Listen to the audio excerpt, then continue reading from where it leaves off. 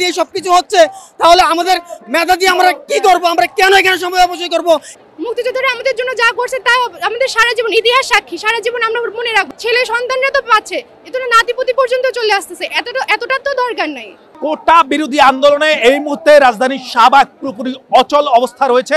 দীর্ঘ সময় যাবৎ কিন্তু এই শাহবাগ পুরোপুরি অচল অবস্থা রয়েছে। দীর্ঘ 3 ঘন্টা যাবৎ কিন্তু এই শাহবাগ পুরো মোড় চারপাশে কিন্তু বন্ধ হয়ে রয়েছে। আমরা জানাতে চাই একটি বিষয়, গণপরিবহন থেকে বিভিন্ন পরিবহন কিন্তু ইতিমধ্যে বন্ধ হয়ে রয়েছে। কোটা বিরোধী যে আন্দোলন, তাদের এক দফা এক দাবি, কোটা যে সংস্কার, সে সংস্কারের দাবিতে এই মুহূর্তে আন্দোলন করছে শিক্ষার্থীরা। বিভিন্ন স্কুল এবং বিভিন্ন বিশ্ববিদ্যালয়ের শিক্ষার্থীরা কিন্তু অংশ নিয়েছেন। তারা এমনটা দাবি করছেন যে একটি মুক্তিযোদ্ধা পরিবার থেকে 5 জনও চাকরি করছেন, এমনটা তারা দাবি করছেন। মেধাভিত্তিক নিয়োগের দাবিতে, কোটা বাতিলের দাবিতে এই মুহূর্তে অংশ নিয়েছেন রাজধানীর এই শাহবাগ মোড়ে শিক্ষার্থীরা। আমরা তাদের সঙ্গে একটু কথা বলবো। তারা আসলে 1 তারিখ থেকে শুরু করেছেন এই আন্দোলনটি, দীর্ঘ সময় যাবত এই আন্দোলনটি চলমান রয়েছে এবং তারা কতদিন যাবত এই আন্দোলনটি চলমান রাখবে সেসব বিষয়ে আমরা তাদের কাছ থেকে জানতে চাইবো। আমাদের কথা হচ্ছে, সারা বাংলা ছাত্র সমাজ জেগে উঠেছে। আমরা এই কোঠার যে বৈষম্য, এই বৈষম্য থেকে আমরা মুক্তি চাই। এই জন্য দেশের প্রত্যেকটি বিভাগীয় শহরে ব্লকেট দেওয়া হয়েছে এবং প্রত্যেকটা দেশে ব্লকেট থাকবে যতক্ষণ পর্যন্ত আমাদের এই যৌক্তিক আমরা মেধার মূল্যায়ন না পাচ্ছি, ঠিক আছে? আর তাছাড়া হচ্ছে, আমরা যে বিশ্ববিদ্যালয়ে পড়াশোনা করছি, এদেশে বিশ্ববিদ্যালয়ের কি দরকার? আমাদের বিশ্ববিদ্যালয়ের কি দরকার? আমাদের তো বিশ্ববিদ্যালয়ের দরকার নাই। আমাদের যেহেতু মেধার মূল্যায়ন নাই, ঠিক আছে, আমাদের দেশে যেহেতু মুক্তিযোদ্ধার কোটা দিয়ে সবকিছু হচ্ছে, তাহলে আমাদের মেধা দিয়ে আমরা কি করব? আমরা কেন এখানে সময় অপচয় করব?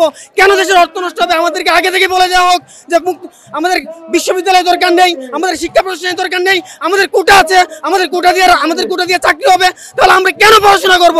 তাহলে এই দেশের বিশ্ববিদ্যালয় সব বন্ধ করে দেওয়া হোক। আমরা এটাই চাই।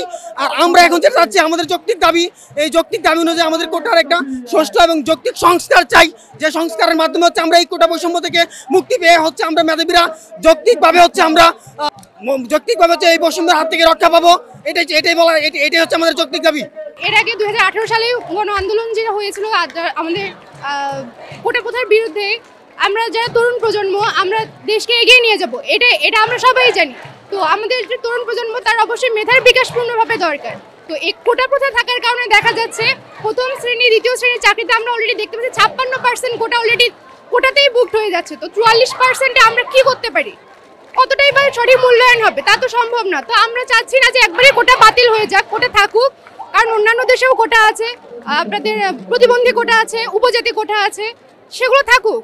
নারী কোটা আমরা নারী হিসেবে যাচ্ছি না, নারী কোটা থাকুক। আমি মানুষ হিসেবে যাচ্ছি, একটা পুরুষের যেমন অধিকার, পুরুষের যেমন কোনো কোটা নেই, নারীরও কোনো কোটা থাকার দরকার নেই। কারণ সেও পড়াশোনা করে আসে, আমরাও পড়াশোনা করেই আসি। সো আমাদের দুই দিকেরই সঠিক মেধার মূল্যায়ন দরকার। তো এখানে তো কোটার কোনো প্রয়োজন নাই। আর মুক্তিযোদ্ধা কোটার ক্ষেত্রে যদি বলি 30% কোটা কি হিসাবে, এটা মানা যায় না। কারণ 30% কোটার কথা যদি বলি, মুক্তিযোদ্ধারা আমাদের জন্য যা করছে তা আমাদের সারা জীবন ইতিহাস সাক্ষী, সারা জীবন আমরা মনে রাখবো, যার চিরকাল স্মরণ করবো। অবশ্যই তার ছেলে সন্তানরা তো পাচ্ছে, এটা নাতিপুতি পর্যন্ত চলে আসতেছে, এতটা তো দরকার নাই। তো আমাদের অবশ্যই আমরা চাই কোটা থাকুক, সম্পূর্ণ বাতিল হওয়ার দরকার নেই, তবে যৌক্তিক সংস্কার আসুক, যাতে মেধাবীরাও সামনে কাজ করার সুযোগ পায়, মেধাবীরাও সুযোগ সুবিধা পায়। কোটার কারণে আমরা যেন পিছিয়ে না পড়ি।